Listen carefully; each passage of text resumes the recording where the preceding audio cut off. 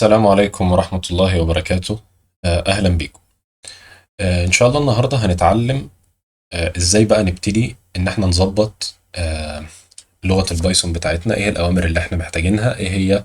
هنتعلم إزاي نعمل حاجة اسمها virtual environment، وهقول لك إحنا ليه محتاجينها وليه لازم إن إحنا نعملها في كل المشاريع بتاعتنا.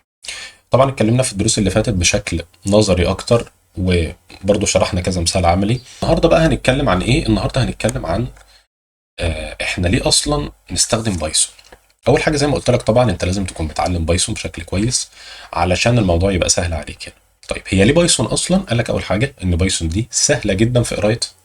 الناس اللي متعلمه بايثون طبعا وداخله الكورس هنا هتبقى عارفه ان بايثون دي السنتكس بتاعها سهل جدا جدا جدا، زي الانجليزي بالظبط. طيب ايه تاني؟ ان الكوميونتي بتاع اللغه نفسه والناس اللي متعلمه اللغه وبتعمل مشاريع باللغه كبير جدا. فانت مفيش اي مشكله هتواجهك، واي مشكله هتواجهك او في المستقبل يعني هتلاقي ناس كتير اتعرضوا لنفس المشكله ولقوا حل ليها.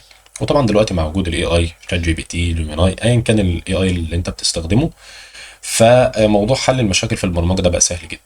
تمام. تالت حاجه، ودي الحاجه المهمه اللي احنا بنستخدم بايثون عشانها، وان بايثون عندها كميه مكتبات مش طبيعيه، كبيره جدا جدا جدا. زي مثلا مكتبه ريكويستس اللي احنا هنستخدمها النهارده، او هنتعلم ازاي نعمل لها انستوليشن وبعدين هنستخدمها في الفيديو الجاي ان شاء الله. آه ودي اللي بتروح للموقع، تعمل ريكوست عليه، تجيب لنا ال HTML كود كله عشان نبتدي بعد كده ان احنا ناخد الداتا بتاعتنا اللي موجوده جواه باستخدام مكتبه برضو تانية موجوده في بايثون، اسمها ايه؟ اسمها بيوتيفول سوب. فعليها مكتبات كتير جدا سهله جدا، بتعلمنا ازاي ان احنا تساعدنا في شغل الويب سكرابنج بشكل عام يعني. طيب هنبتدي دلوقتي بقى نشوف ازاي نثبت بايثون، وايه اللي احنا محتاجينه.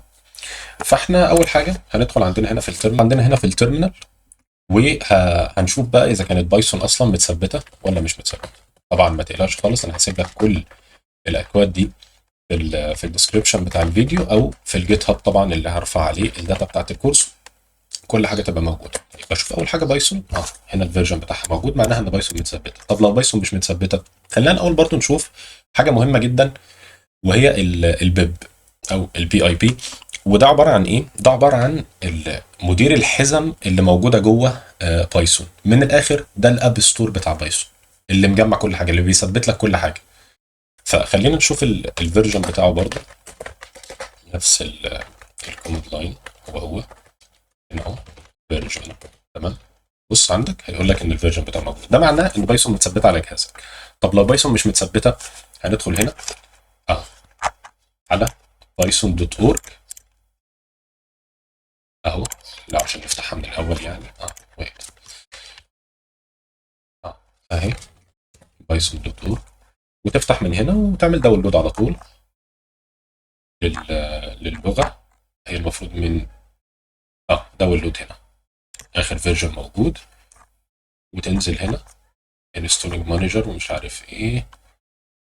وسواء للويندوز الداونلود بيج موجود عندك والدوكيومنتيشن بيج موجود عندك. تمام.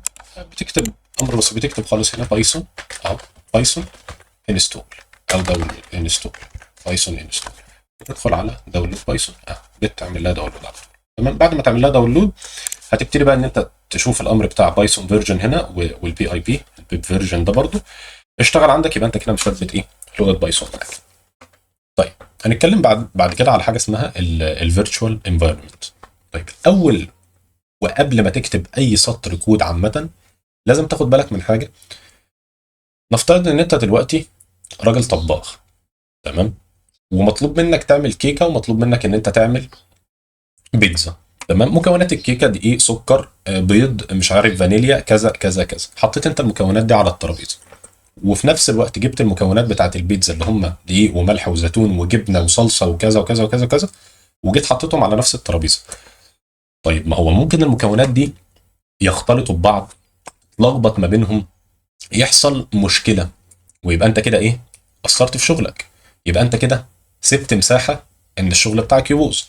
ده نفس الفكره. فانت هتعمل ايه؟ هتروح جاي حاطط المكونات بتاعت الكيكه على ترابيزه لوحدها، والمكونات بتاعت البيتزا على ترابيزه لوحدها.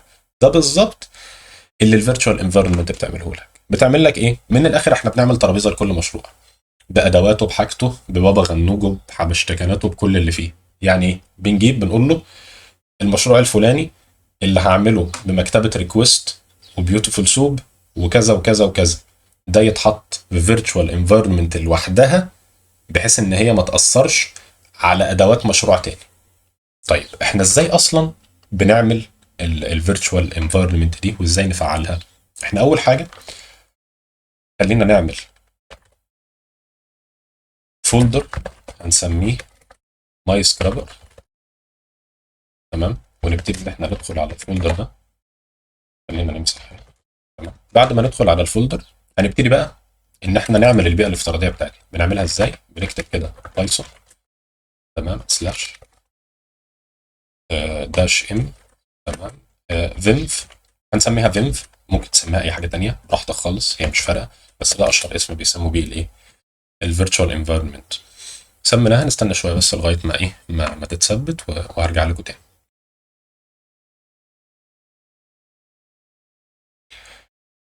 طيب هي دلوقتي لو جينا مثلا هنا عملنا ال اس، بتشوف الفولدرات هنلاقي عندنا اهو فينف موجود عندي وموجود خالص. طيب هل كده انا فعلت الفيرتشوال انفايرمنت دي ودخلت جواها؟ لا، انا المفروض ادخل جواها ازاي؟ بهكذا، المفروض ان انا اروح جاي عامل الاوردر ده او اللاين ده فينف اهو سكريبت واكتيفيت، هنلاقيه عمل لي اكتيفيشن. طيب ممكن يجي عندك ويديك رساله ايرور في الموضوع ده. ده بسبب ايه؟ ده بسبب حاجتين. يعني هو ممكن يديك ايرور هنا. ايه الايرور اللي ممكن يديهولك؟ الايرور اللي بيديهولك بسبب ان انت عندك في الباور شيل، لو انت واخد بالك احنا هنا مشغلين دي باور شيل. تمام، السبب بتاعها ان الباور شيل ساعات ما بيسمحش بحكم السياسات والحاجات بتاعت السكيورتي عنده ان انت ما تعملش اكتيفيشن لاي حاجه. حلها بسيط، هتاخد الكوماند لاين ده اهو، انا كاتبه لك هنا ده. تمام، طبعا انا مفعل ده. من الاخر انت بتقول له run as administrator، اشتغل كمسؤول، وتحط بعدها الكوماند لاين اللي احنا شغلناه اللي هو ده، وهيشتغل معاك عادي. طيب في حل تاني، في حل تاني ان احنا هنا لما نيجي نفتح تيرمينال جديده هنفتحها بالسي ام دي اللي هي الكوماند برومبت عادي خالص، ونشتغل وهيشتغل معانا برضه.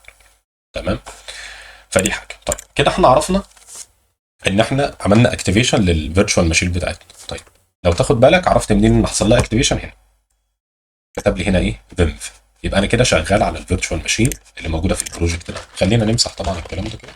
تمام كده انا جوه. طيب عايزين بقى قبل ما هو يعتبر ان احنا الفيديو كده خلص، بس احنا اول حاجه هنثبت بقى مكتبه ريكويست اللي احنا ان شاء الله هنستخدمها في الفيديو الجاي. وهي احنا بتعمل حاجه بسيطه خالص، بنكتب اللي هو البيب زي ما قلت لك، ده الاب ستور بتاع بايثون. هنعمل انستول لمكتبه اسمها ريكويست انتر. هنبتدي هنا هيبتدي هو يثبتها معانا خالص بشكل هي مش كبيره، ما بتاخدش مساحه خالص. قلت سكسسفولي تمام، الدنيا بقت تمام.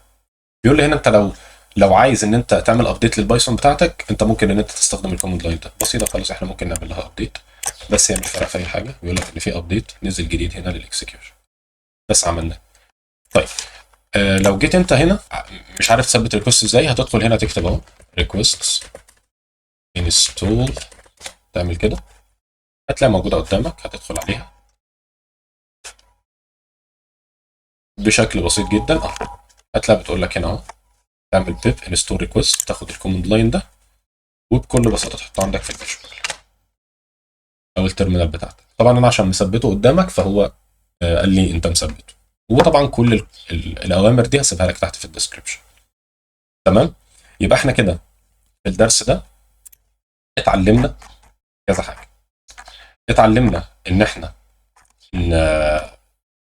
بايثون دي بنستخدمها ليه، اتعلمنا ان احنا نعمل فيرتشوال انفايرمنت وليه بنعملها وليه بنستخدمها، واتعلمنا ان احنا نثبت ريكويست زي ما كنت شرحت لك المثال اللي هو الويتر اللي رايح يودي الطلب وجايب الطلب. هو دي مكتبه ريكويست اللي هتعمله بالظبط، ان احنا في الفيديو الجاي ان شاء الله هنسحب بيها ال HTML بتاع الموقع اللي قدامي عشان ابتدي اشتغل عليه.